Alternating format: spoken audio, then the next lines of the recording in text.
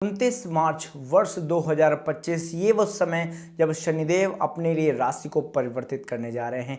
देखिए, शनिदेव सबसे महत्वपूर्ण प्लैनेट हैं इस कलयुग के अंदर। अगर आपको बहुत ज़्यादा धन संपदा चाहिए, अगर आपको अपने वर्क प्लेस पर बहुत ज़बरदस्त कार्य करना है, अगर आपको करोड़पति बनना है या फिर आपकी चाह कुछ ऊपर उठकर जीने की है, तो यहाँ पर शनिदेव का प्रबल होना आपके लिए बहुत अत्यधिक महत्वपूर्ण है। इसीलिए सभी राशियों के लिए शनिदेव का ये गोचर बहुत ज़्यादा महत्वपूर्ण है। आज का ये स्पेशल वीडियो मेष राशि के लिए लेकर आया हूँ, क्योंकि शनिदेव मेष राशि पर शनि की 7.5 को लेकर आ रहे हैं। लगभग 29 मार्च 2025 के दिन जैसे ही गोचर होगा, शनिदेव आपके ऊपर शनि की 7.5 को आरंभ करेंगे। शनि की दृष्टि अब आपके ऊपर पड़ने वाली है, तो सावधान हो जाइए। जो भी मेष राशि के लोग हैं, यहां पर आपकी अग्नि परीक्षा इस समय पर आरंभ होने वाली है। शनिदेव यानी कि कर्म फलदाता, कलयुग के कर्म फलदाता कहे गए शनिदेव अब आप पर दृष्टि रखेंगे। देखिए, इस समय पर शनिदेव आपको क्या बड़े परिणाम देने वाले हैं, किस तरह से आप उनके दुष्परिणामों से बच सकते हैं,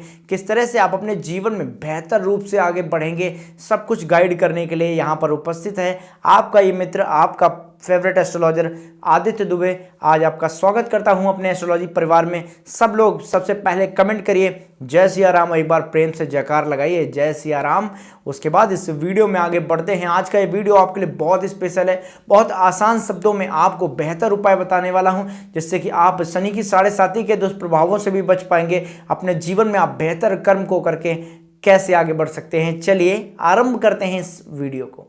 तो मेष राशि आपके लिए 7.5 हो गई है। और हम देखिए, शनिदेव अभी तक आपके एकादश भाव पर गोचर कर रहे थे। अभी तक शनिदेव ने आपके सभी इच्छाओं की पूर्ति करी है। एकादश भाव आपके लिए आपके लाभ को दर्शाता है, आपकी इच्छाओं को दर्शाता है। तो अभी तक 2.5 वर्षों के अंदर आपने अपनी बहुत सी इच्छाएं जो हैं वो पूर्ण होती हुई देखी होंगी, अगर आपकी जन्म कुंडली में शनिदेव की स्थितियां मजबूत हैं। और अगर अभी तक आपकी कोई डिज़ायर नहीं पूरी हुई है और आपने इन 2.5 सालों के अंदर बहुत ज़्यादा संघर्ष देखा है, तो आप प्रसन्न हो जाइए, क्योंकि अब आगे आने वाले 2.5 वर्ष शनिदेव आपके अवचेतन मन यानी कि आपके 12वें घर पर गोचर करने वाले हैं।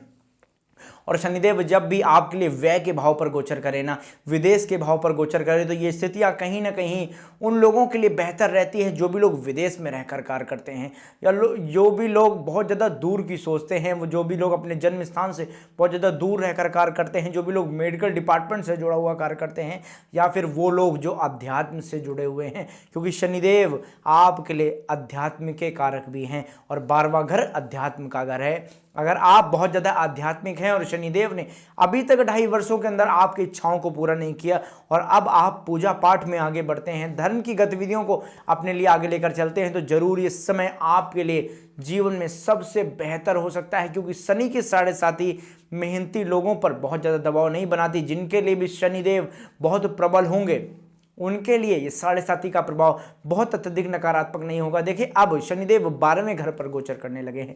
देखिए, अब आपके लिए इस समय पर जीवन में कुछ ना कुछ स्ट्रगल जरूर लगा रहेगा, क्योंकि शनिदेव जब भी 7.5 के अंदर आपके लिए आरंभ करते हैं, तो जरूर शनिदेव आपको बहुत ज़्यादा स्ट्रगल कराते हैं, मेहनत कराते हैं, जीवन में संघर्ष को लेकर आते हैं। इस समय पर आपको कुछ ना कुछ हेल्थ इशू जरूर लगा रहेगा, पेट से रिलेटेड समस्याएं आपके लिए होती रहेंगी। आपका मन इस समय पर बहुत ज़्यादा परेशान हो सकता है। 12वें घर पर शनि विराजमान है, कहीं ना कहीं आपके चंद्रमा यानी कि आपके मन पर एक कर्म का बोझ लगातार बना रहेगा। आपके जीवन पर बहुत ज़्यादा रिस्पॉन्सिबिलिटी इस समय पर बनी रहेगी। घर की बहुत ज़्यादा रिस्पॉन्सिबिलिटी को लेकर इस समय पर आप जीवन में आगे चलने वाले हो। अभी तक आपने जीवन में जो भी देखा, आपने अपने कर्म को इस समय पर पिछले 2.5 सालों में बेहतर बनाया होगा, बहुत ज़्यादा कर्म किए होंगे, तो उसका लाभ यहाँ पर आपको मिलने वाला है। और जिन लोगों को पहले से ही बहुत ज़्यादा लाभ मिल चुका है, तो उन लोगों को ध्यान रखना है, इस समय पर जीवन में कहीं ना कहीं बहुत ज़्यादा स्ट्रगल आ सकता है।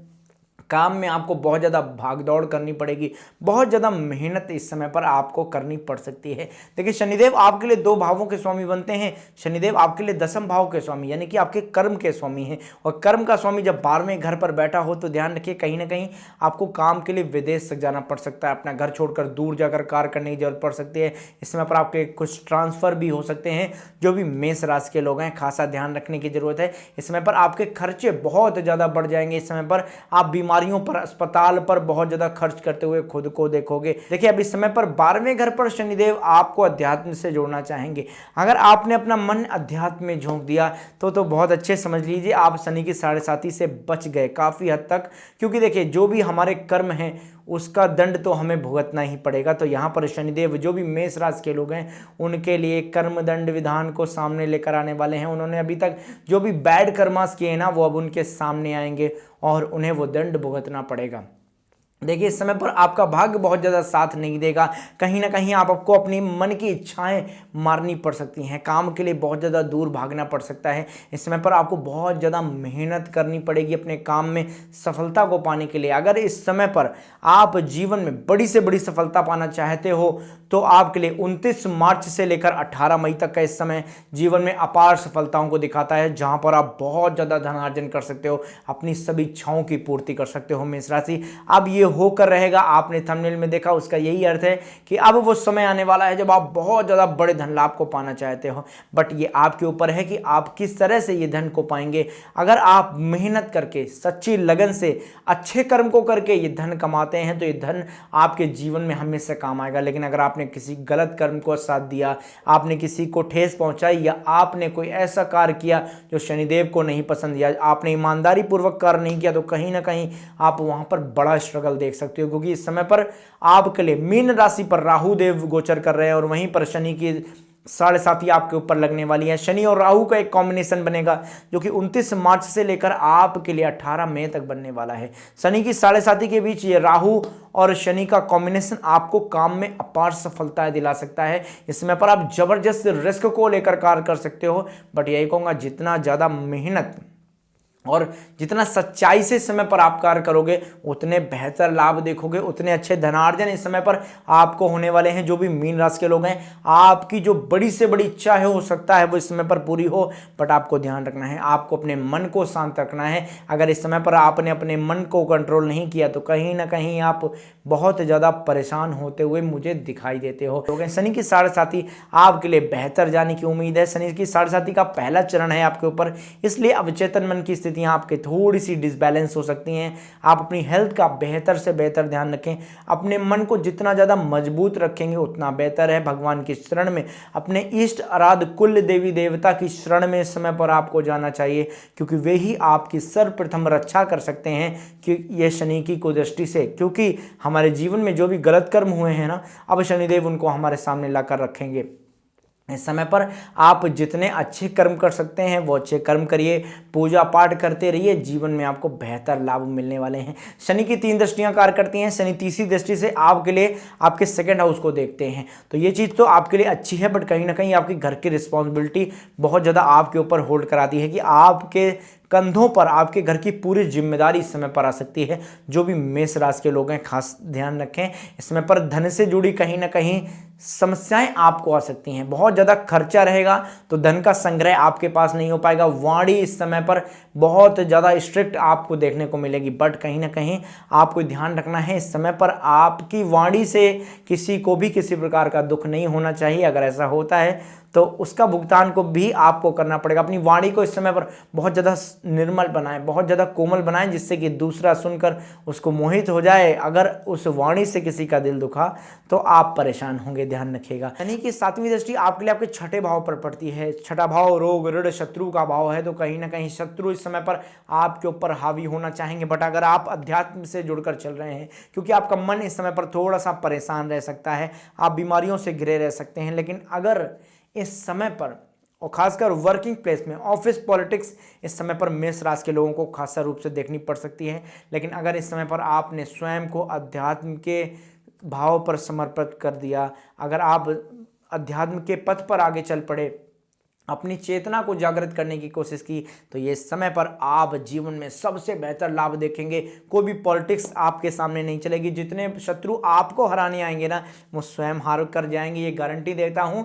बट उसके लिए आपको अपने आध्यात्मिक चेतना को इस समय पर बढ़ाना होगा, क्योंकि शनि 12वें घर पर है और शनि 12वें घर पर आते ही आपको दान पुण्य करने के लिए कहते हैं। तो अगर आप रोग ऋण शत्रुओं से बचना चाहते हैं, अगर आप हॉस्पिटल से बचना चाहते हैं, अगर आप किसी कोर्ट कचहरी मसले से बचना चाहते हैं, तो इस समय पर ज़्यादा से ज़्यादा दान पुण्य करें। देखिए शनि की साढ़े साथी में आपको दुष्परिणामों से बचने के लिए कुछ छोटे उपाय करने हैं। सबसे पहला उपाय, आपको एक सिद्ध सुलेमानी हकीक को अपने मिडिल फिंगर के अंदर धारण करना है। आप एक सिद्ध सुलेमानी हकीक हमसे भी ऑर्डर करा सकते हैं। सामने आ रहे स्क्रीन पर आप सुलेमानी हकीक के लिए इंक्वायरी कर सकते हैं।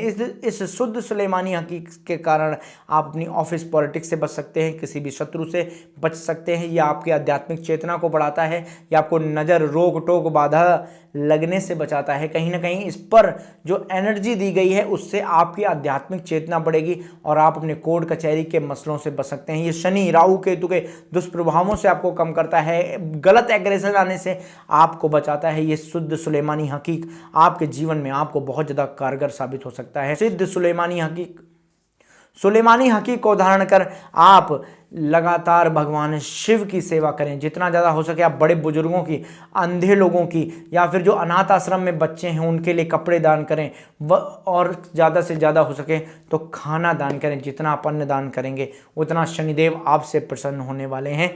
इस समय पर किया हुआ गंगा स्नान आपके लिए बहुत ज़्यादा कारगर रहता है। जय श्री राम, जय हनुमान जी महाराज।